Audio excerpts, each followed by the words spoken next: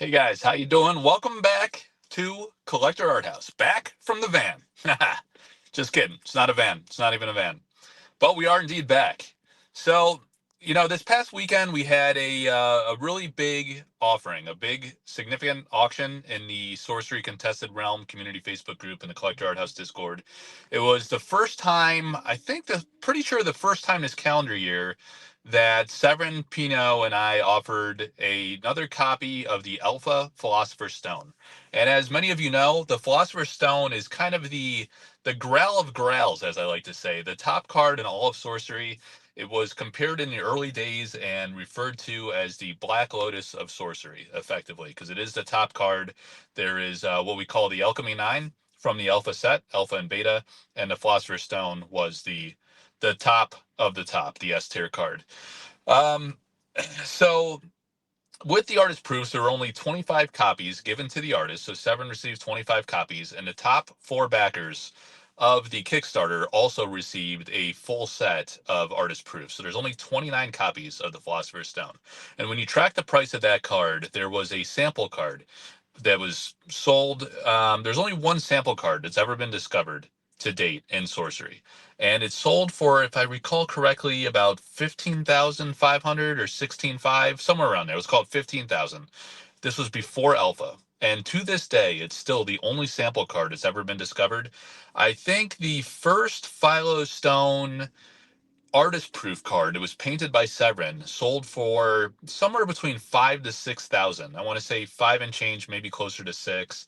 And at that time, the Philosopher's Stone at its peak was about it got up to about $10,000 at its peak. I know I auctioned some of the alpha foils in the early days. They sold for around 10, somewhere in that 6 to 10 range. It was at for a while. Now, like a raw version, I believe you can get for, if you could find it, there's not a lot of sellers. It's about, let's call it, I don't know if you get it as low as 2,500, but maybe like 3,000, maybe 4,000. And the Philosopher's Stone artist proof, painted proof, sold for about $2,500 this past weekend. So, it's such a rare card, such an iconic card. It's the top card in the game. And again, only 29 copies. It's one of the most rare items you could possibly get, officially printed from the company, and it has original hand painted, unique one-of-one art from the artist on it. So I think it makes sense. It sold for about where the equivalent price of a raw alpha version of that card would be. And of course, there's about 248 copies of the alpha foil card in alpha. So the artist proof is actually much more rare, but artist proofs are more of a niche, passionate but niche collector category. Like when you think about the most liquid items in any kind of game, it tends to be its first alpha variant, and in sorcery, the top variant, of course, is the foil card with the full art back. So the title of the video is Sorcery Collectible? And there's a big difference. People often conflate the term collectible with valuable, right? And really, for something to be collectible, anything can be collected, right? I talked about this before. You can collect anything, independent of value. Anything really can be collectible. It's whatever you desire, going for a complete set of something, perhaps a subset, perhaps a subcategory. And it's really cool. A lot of people are emerging that are going for full alter and or artist proof deck variants, so they're playing with alternate art and unique original one-of-one art from artists within the game and even altruists beyond the game, which are doing these beautiful paintings on sorcery cards. So that's collectible and also happens to be valuable. So when you talk about collectability, it could be anything within sorcery, even things that are very heavily printed, which we think Arthurian Legends was pretty heavily printed. People believe because it's very readily available from distribution. There's rumors of some being stored perhaps and it being introduced onto the market in waves. It's been available from Team Covenant for a very long time. And the same is true of Beta. Beta was in print for quite a while. There was a drought here and there, where it was kind of not available. And then there was more waves where it was available. And now it's been available through Team Covenant for ages. It seems like month after month. You can just buy like a case a month, endlessly, it seems. It's just always out there. So the supply is very heavy of Beta and Arthurian Legends. And that it's reflected in the prices. The singles have come down quite a bit and has also had effect on Alpha. But, that's also kind of natural in the life cycle of a game. You kind of have a boom period period at the start, and people are very excited, and then sometimes things cool off, and then with more sets, either there's successful growth of the game and more players come in and more collectors, more buyers, and valuations start going up again, or games fizzle out and they don't recover, and sometimes they print too much and that can be damaging. But is it collectible? Yeah, sorcery is absolutely collectible. The question is it also valuable?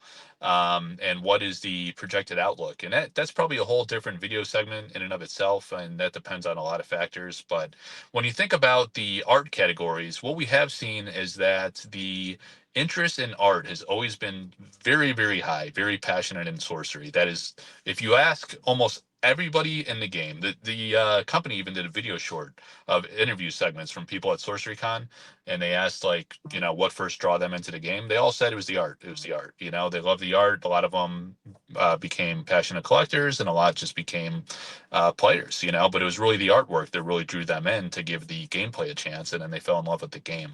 But the art is very significant. You talk to creators, or you just look at the other indie games that are coming out these days.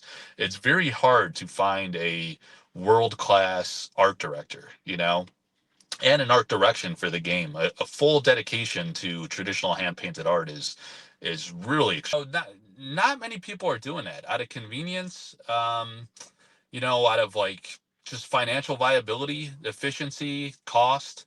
A lot of people just go digital. It's a lot faster, it's a lot easier to do. But beyond that, like curating art, finding great artists. Eric's really got a knack for that, real talent for finding great artists. And then the aesthetic of the card design is not trivial. Not everyone knows how to do templating of a card or does that effectively. Even some of the top games, have kind of like they got some kind of like eyesore big title boxes or game mechanics text boxes that really affect the eye appeal of the card and really are a drawback or distraction from the essence of the art. So we're really spoiled with Sorcery to have such a great world-class art director at the helm as creator, Eric Olofsson. And it's really something special and unique that really differentiates Sorcery, and it's significant. And you've seen that in the valuation of art products, original paintings from the game. There's just every card in the set, aside from the ones that Eric buys himself, is available to buy from the artists or through people like myself and my auctions and things like that. And you could own an original painting from the game, from the cards you love, or if you're a collector, just from the pieces that kind of speak to you on a personal level and that you're happy to display in your home or in your store. There's been store owners who've bought paintings and displayed it in their stores. All kinds of things. It's really special and unique and something very different about Sorcery. Not every game has original art like that is valuable and really precious, unique, hand painted. So that's big. The card aesthetics just look phenomenal. Again, that draws players in and collectors alike, everybody really. And the artist proofs are rare. In Magic, they had a lot of artist proofs. Some of them they would get 100 plus, sometimes hundreds. So that they got kind of diluted in value because they weren't as rare, they weren't as scarce, they weren't as special seeming. And in Sorcery, they're only getting 25 copies, so they're very rare right out of the gate. If the game has any kind of longevity and growth, I mean, only 25 copies. Can you imagine if there's tens of thousands of players, or hopefully hundreds of thousands, maybe even millions someday? 25 is like insane. You could fill like a small LGS. There's tournaments in Sorcery that have more than 25 players. So if everyone wanted an artist proof, you couldn't even satisfy, like a small to mid-size tournament, local tournament with artist proofs. And then they're all one of one unique hand painted works of art. And same with the altars too. You could do altars and with many artists, or same altars can do many paintings, but they're all very unique one of ones. And the value in Sorcery has reflected that. So people are really into the art. It draws not just collectors, not just your traditional collectors or players, but real art enthusiasts, that are really into fantasy art And there's such like a broad variety of artistic styles in Sorcery, from metal cover albums, logo designers, traditional fantasy TCG type artists, even non TCG artists, many of those. And that's a big part of it too. You know, I'll probably do a separate video on that, but it's really exciting to discover new artists. You know, that's really how I personally got into working with altarists too, just to give them an opportunity to showcase their work. And just, you know, you see there's like many altarists out there, but there's always, you know, a select few or some that really stand out as being truly unique and innovative. And to see them just like manifest their works and their vision onto these cards is just something really special. And then to collect them in your binder or to play with them is just something very unique and fun to do. And you know, sorcery's like that too. You know, it's there's you got the old school throwback early era magic artists for that 90s throwback vibe. Now you're seeing cards that are using licensed work, like the new Brahm Ghoul card that was used in Guardian CCG and many other things. Frazetta art, so we have throwbacks to the classics, and you have new artists being discovered, artists that we've never heard of before. That Eric's just he's just like me, like going out and finding altarists that resonate with me and resonate with the community. I mean, Eric did the exact same thing where he found these amazing artists just on Instagram or you know, these art websites or the other altar groups. We have several altarists that have made their way into sorcery. Elvira Shakarova, Kyle Calazans, Marta Molina, now Atlas Thorn. And who's next? You know, who knows? These are tremendously talented, amazing artists that can paint on this microscopic level. You know, not microscopic, but, you know, very fine, small detail on a card that can also do that at full scale. It's really hard to do that in either direction, going from small to large or large to small. But is sorcery collectible? Of course. Yeah, you know, there's all types of things from the curios, from the full sets, non-foil or foil, various subsets like artists. Some people go for every card of a certain artist or a creature type or an element type.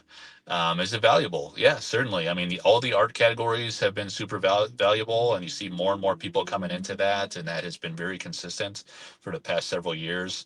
And the curios, the foils, those are all still very hard to chase. And you know, there you're banking on game growth.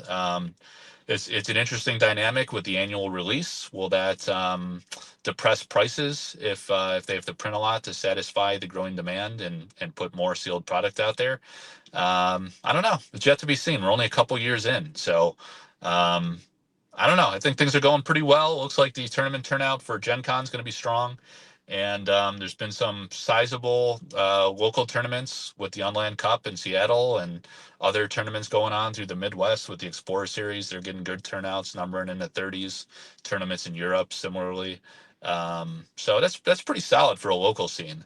And we got about you know, in that 400 to 500 range at Main Event Sorcery Con last year, and we'll see how we do this year. But yeah, a lot of promise in sorcery, a lot of collectability, a lot of value in certain categories. You know, some have been more stable than others. Art, all the art stuff has really persevered, and that's for a reason, because you'll never see a game like Sorcery on a scale or level like Sorcery, because the cost to do so, the creative vision to do so, the dedication to do so, it takes a unicorn person like Eric to really pull that off. I don't think we're ever going to see it, guys. It's a unicorn project. It's once in a lifetime. We've been saying that for years, and for years we've never seen it. For decades we've never seen it. You know. Even the old big time iconic games, they don't do hand painted traditional art. That is the differentiator. So embrace it, cherish it. You know, we complain sometimes, we get frustrated, but you know, overall things are very impressive, and I think there's a bright future ahead. So I'll talk to you guys soon, probably in another couple days, and we got another live event coming up Friday night in Alpha Break.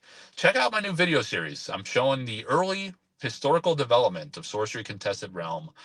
Really iconic, old, extremely rare development cards. Some of them are the only copy in the world that we know of. Really stunning feat. Even in the sample pack breaks, we're still discovering cards that have been found for the first time ever, pulled out of a pack, happening live at Collector Art House. So I hope you guys enjoy the diversity of content and enjoying the van videos. We'll talk to you soon. Take care.